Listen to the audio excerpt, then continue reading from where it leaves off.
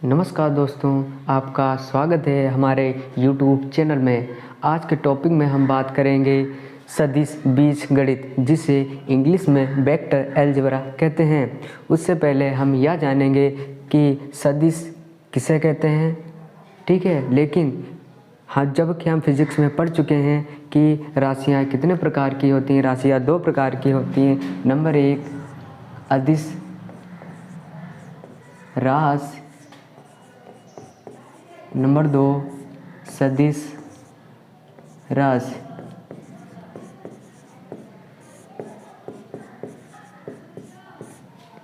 ठीक है, तो सबसे पहले हम यह जानेंगे कि अदिश राशि किसे कहते हैं और सदिश राशि किसे कहते हैं।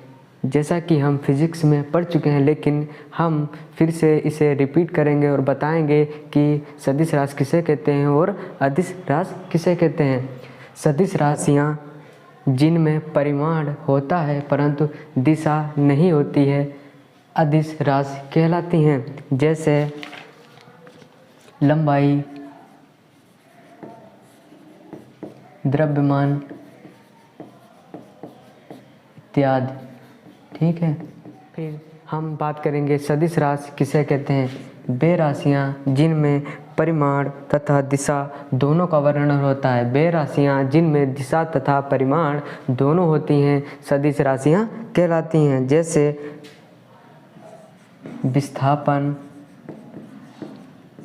बल, वेग इत्यादि। अब हम बात करेंगे कुछ महत्वपूर्ण सूत्र के बारे में। सबसे पहला हमारा सूत्र है दो सदिशों वेक्टर ए तथा वेक्टर बी का अंतर। देखो, जो एरो लगा होता है ये किसकी, राशि की हमें दिशा बताता है। जो एरो का मतलब होता है दिशा बताता है। क्यों? सदिश की क्या कंडीशन होती है, जिनका परिमाण और दिशा दोनों हों, ठीक है। परिमाण तथा दिशा दोनों हों, उन्हें हम क्या कहते हैं, सदिश राशि कहते हैं, ठीक है। समझ गए, एरो का मतलब समझ गए ना, ठीक। तो दो सदिशों वेक्टर ए तथा वेक्टर बी का अंतर क्या होगा, vector A minus vector B. दूसरा हमारा जो फार्मूला है वो है A B vector equal to, ठीक है। वेक्टर का मतलब समझ गए ना, सदिश। जो राशियाँ वो सदिश में है तो इक्वल टू बी वेक्टर का स्थित सदिश माइनस ए वेक्टर का स्थित सदिश, ठीक है।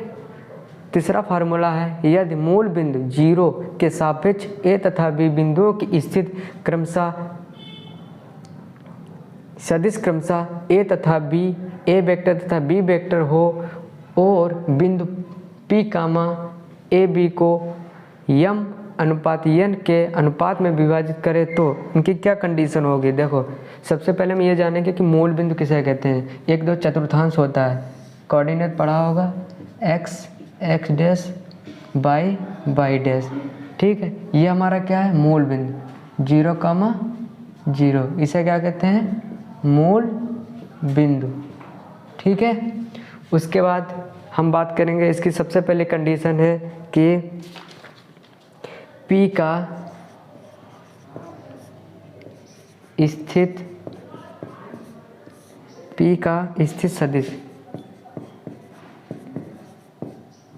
सदिश क्या होगा, OP, ठीक है। देखो OP सबसे पहले क्या है, हम इस चतुर्थांश के अकॉर्डिंग फार्मूला निकालेंगे। देखो, यदि मूल बिंदु 0 के सापेक्ष ए तथा बी, देखो सदिश हमें सदिश कौन कौन से दिए, वेक्टर ए और वेक्टर ए बी, तो इसे वेक्टर ए मान लो, ठीक है, समझ गए। और इसे वेक्टर बी मान लो, कहीं पे भी पॉइंट मान लो ये पॉइंट मान लो और ये पॉइंट मान लो, ठीक। तो इसे मिला दो, मिला दिए, ठीक है। उसके बाद क्या कह रहा है, बिंदु P ए बी को, देखो यहाँ पे मान लो कोई P बिंदु होगा, यहाँ पे कोई P बिंदु होगा, ठीक है। कहाँ पे कंफर्म नहीं, यम अनुपात यन में विभाजित करता है। चाहे ऊपर वाले को यम मान लो, चाहे नीचे वाले को यन मान लो, कोई भी मान, इसे हम यम माने ले रहे हैं और इसे यन, ठीक है। तब हमारा फार्मूला क्या होगा, OP, इसकी वैल्यू क्या होगी,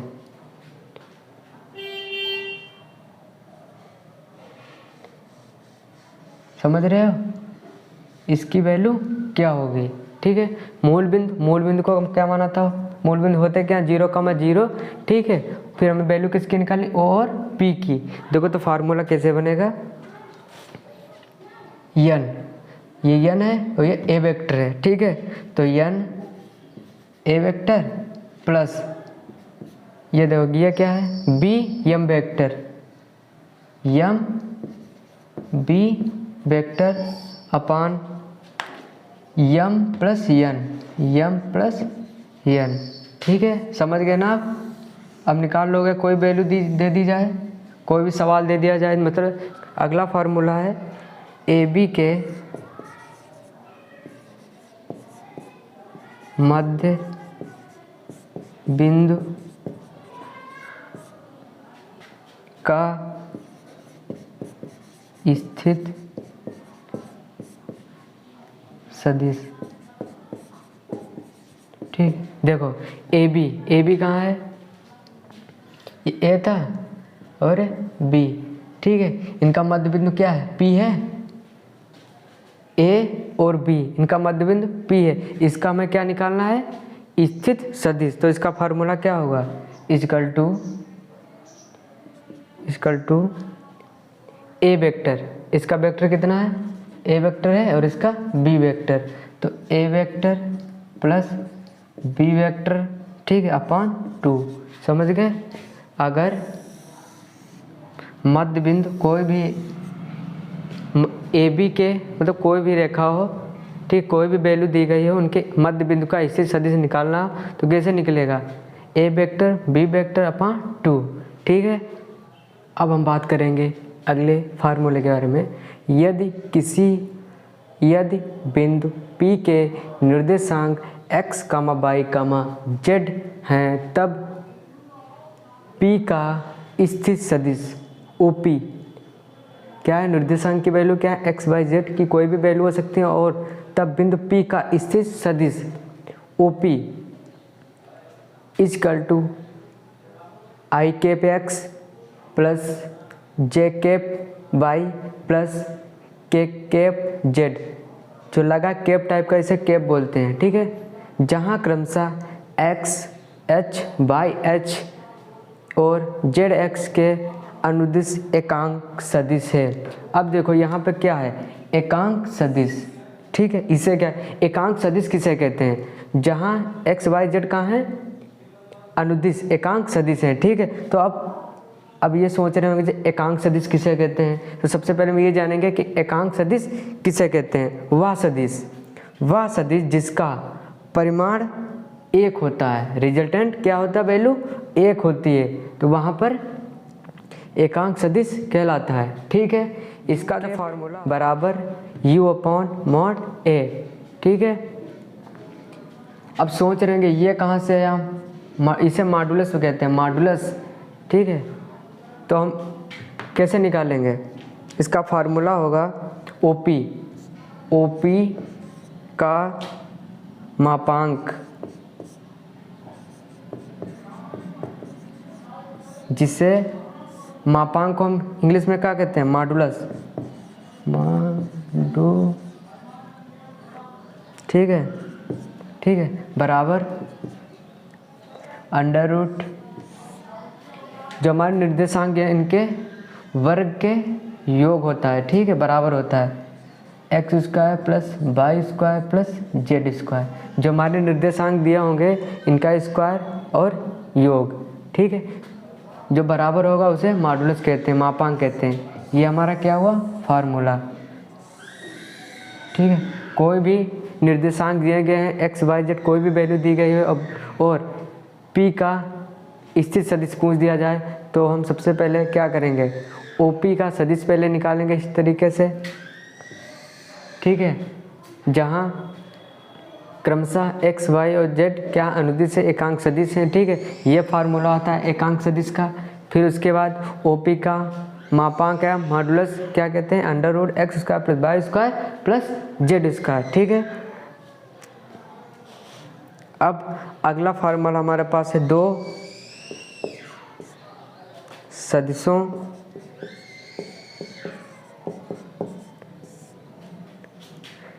ए वेक्टर व बी वेक्टर का गुणन।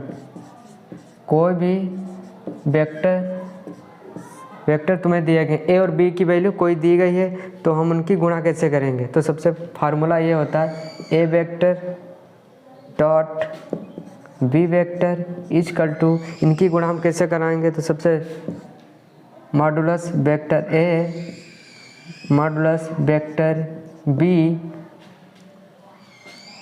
Cos theta. ठीक है, उसके बाद होता है A B cos theta.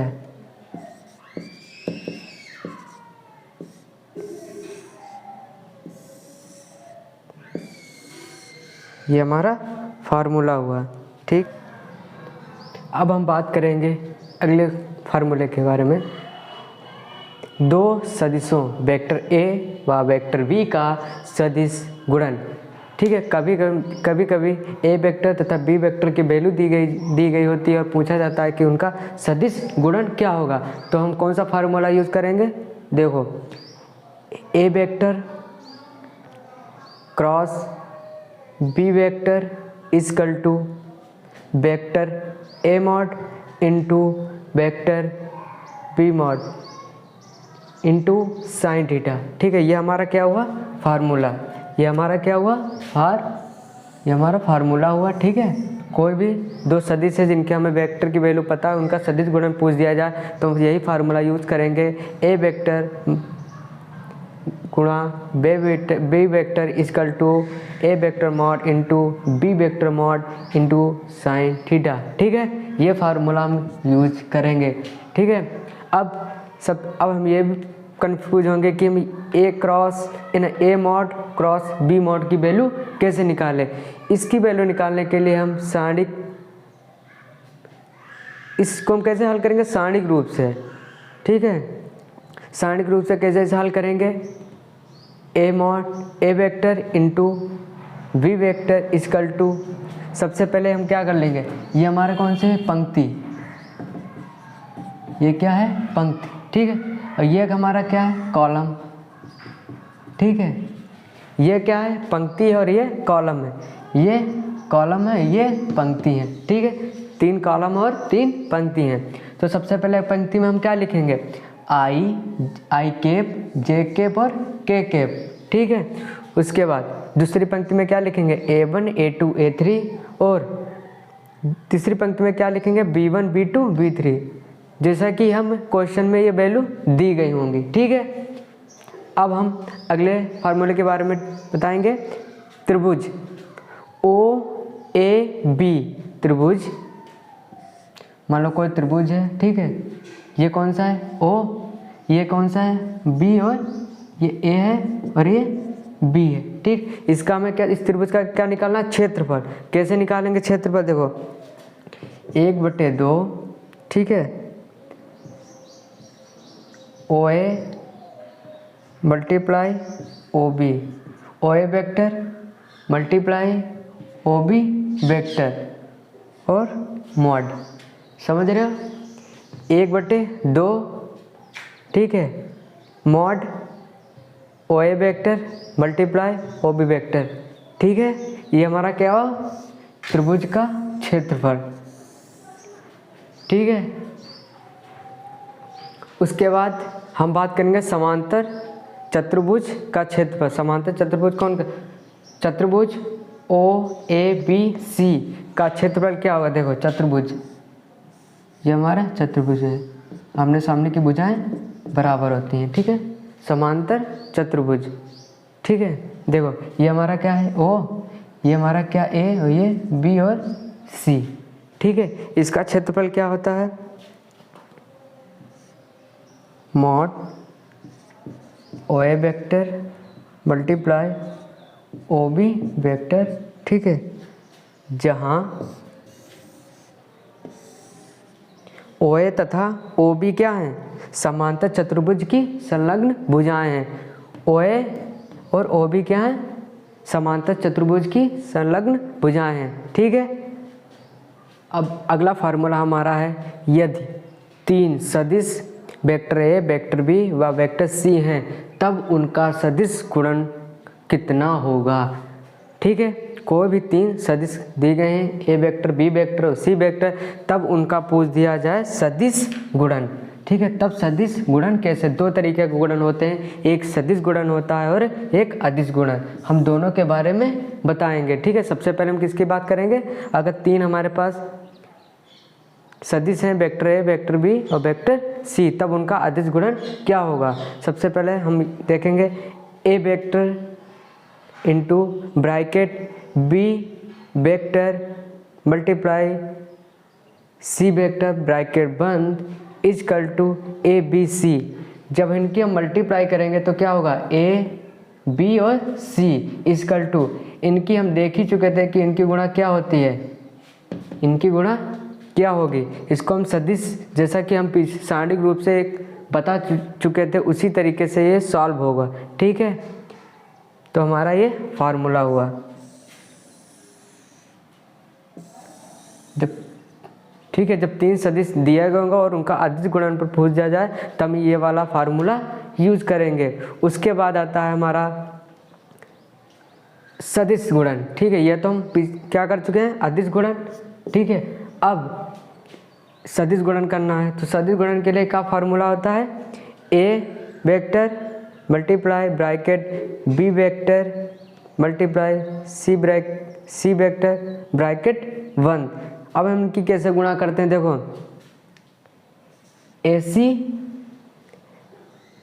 A vector into C vector bracket बंद और B वेक्टर।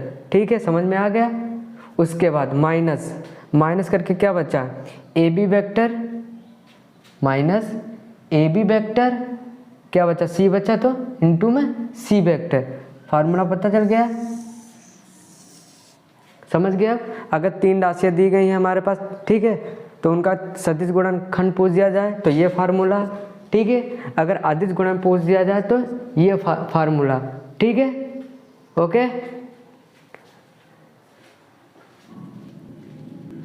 हम बात ये क्वेश्चन बहुत इम्पोर्टेंट है, लगभग हर बार परीक्षा में जाता है। ठीक है,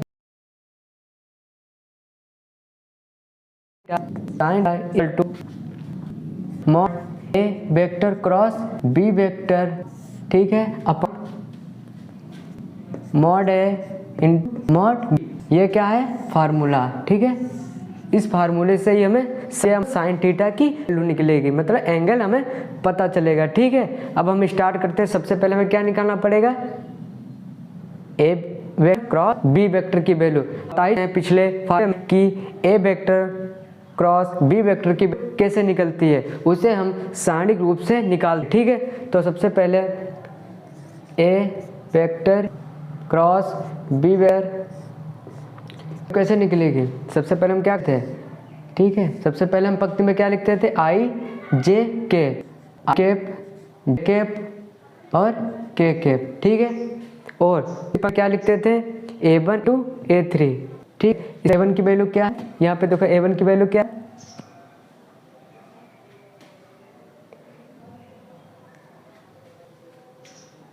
देखो इसमें क्या, कैप का गुणांक क्या है, ठीक है, यहाँ पे देखो आई का क्या गुणांक 2, समझ गए। अब देखो यहाँ पे का गुणांक क्या है 3, यहाँ पे जे का गुणांक क्या है -4। अब देखो के का गुणांक C1 क्या है, कुछ भी कह दो, यहाँ पे का गुणांक क्या है 2, तो 2 लिख दिया। यहाँ पे के का गुणांक 1, तो यहाँ पे 1 लिख दिया। ठीक है, इस रूप से करेंगे। देखो सबसे पहले बराबर के बराबर, फिर सबसे पहले कैप ब्रैकेट स्टार्ट, ये क्या है पंक्ति है, ठीक है, ये क्या है कॉलम। ठीक है, इसे हाइड कर दो, करने पर क्या बचा 3 -4 और 1, 3 करने पर 3 एकम 3 माइनस, ठीक। दुनिया 8 किसके हैं, माइनस के 8 है ना, तो माइनस माइनस प्लस के 8। ये हमारा क्या होता है, plus minus plus minus plus minus plus minus plus, ठीक है। तो हमारा क्या हुआ, माइनस का, तो माइनस के ब्रैकेट तो इसे तो क्या 1 2 2 और 1, ठीक है। तो 1 माइनस 2 दूनी 4, ठीक है। अब प्लस के ब्रैकेट क्या हाइट करो, क्या बचा 1 3 और 2 माइनस के 4, माइनस 4 1 कम माइनस के 4 माइनस क्या बचा 2 2 3 6 माइनस के 6, ठीक है। अब कर देखो 8 3 11 आई कैप, ठीक है। देखो माइनस के जे मल्टीप्लाई और एक में से माइनस 4 से 1 गया, माइनस के 3 माइनस माइनस प्लस प्लस के 3 जे कैप, ठीक है। माइनस माइनस जुड़ जाएंगे 10 माइनस के 10 के कैप, ये हमारे मॉड ए मल्टीप्लाई वेक्टर की वैल्यू है, ठीक। अब हमें क्या करना है, ये तो वैल्यू में पता चल गई, ठीक है। ओके, उसकी मॉड ए और बी की वैल्यू, इसकी वैल्यू कैसे निकालेंगे, ये क्या है ए मान से और इससे बी मान, ठीक है। दो सदिश है ना, तो इसे ए और इसे बी मान लो, ठीक है। तो ए इक्वल टू क्या होगा की वैल्यू कैसे, root square plus Y square plus Z square. तो यहाँ एक्स वाई और जेड की वैल्यू क्या है, 1 बराबर 1 वाई बराबर 3 जेड बराबर 2, तो रख दो वैल्यू 1 का स्क्वायर प्लस 3 का स्क्वायर प्लस 2 का स्क्वायर बराबर क्या हुआ 1 प्लस 3 प्लस 4, कितना हुआ √14, ठीक है। निकल आया है। इसी के से बी क्या डालेंगे, इसी तरीके से देखो √b माना, दूसरे वाले सदिश को हमने क्या मान लिया बी, ठीक है। बी बराबर, अब इसमें देखो एक्स वाई और जेड की वैल्यू क्या दी गई, एक्स 2 स्क्वायर प्लस वाई बराबर -4, वाई बराबर -4, तो माइनस के 4 का स्क्वायर प्लस जेड बराबर क्या है 1, यहाँ के गुणांक में क्या 1, तो 1 स्क्वायर, ठीक है। क्या हुआ 2 दूनी 4 प्लस 4 से कुछ 16 प्लस 1 एकम 1, कितना हुआ 20 1 21। वेक्टर बी मॉड की वैल्यू क्या है √21। अब हम क्या फार्मूला यूज करेंगे, साइन थीटा इक्वल टू क्या है, मॉड ए वेक्टर क्रॉस बी वेक्टर की वैल्यू है क्या है, ये है ना। लेकिन केवल वैल्यू निकाली थी, ये वैल्यू की केवल ए क्रॉस बी, एक बी की वैल्यू नहीं है, ठीक है। इसकी वैल्यू कैसे निकली, जैसे यहाँ पे क्या आएगा एक्स वाई स्क्वायर जेड, तो कितना टोटल है 200, ठीक है। की वैल्यू का आई 200 230 अंडर 230 पान ए और मो की वैल्यू है √1, ठीक है। इसको सॉल्व कर √2 देखो, इसको देख सकते हैं √14 को क्या 2 है, किसको क्या आते हैं 3 × 7, ठीक है। √2 3 30 तो बाहर आ जाएंगे, रूट से बाहर आएंगे 7, साइन थीटा बराबर क्या वैल्यू है √30 अब √6, ठीक। अब हमें की वैल्यू करनी तो कर साइन इनवर्स ब्रैकेट √6, ये हमारी थीटा की वैल्यू आ गई, ठीक है। ओके, ये हमारा यही आंसर हमारा, ठीक है। यही पूछ रहा है कि थीटा की वैल्यू क्या होगी या क्या वैल्यू होगी। अगर वीडियो होगा तो लाइक और दो में जरूर शेयर। अगर चैनल पर पहली बार विजिट कर रहे हो या देख रहे हो तो हम चैनल सब्सक्राइब करें और बेल आइकन को जरूर दबाएं कि नोटिफिकेशन आप तक पहुंचे। धन्यवाद।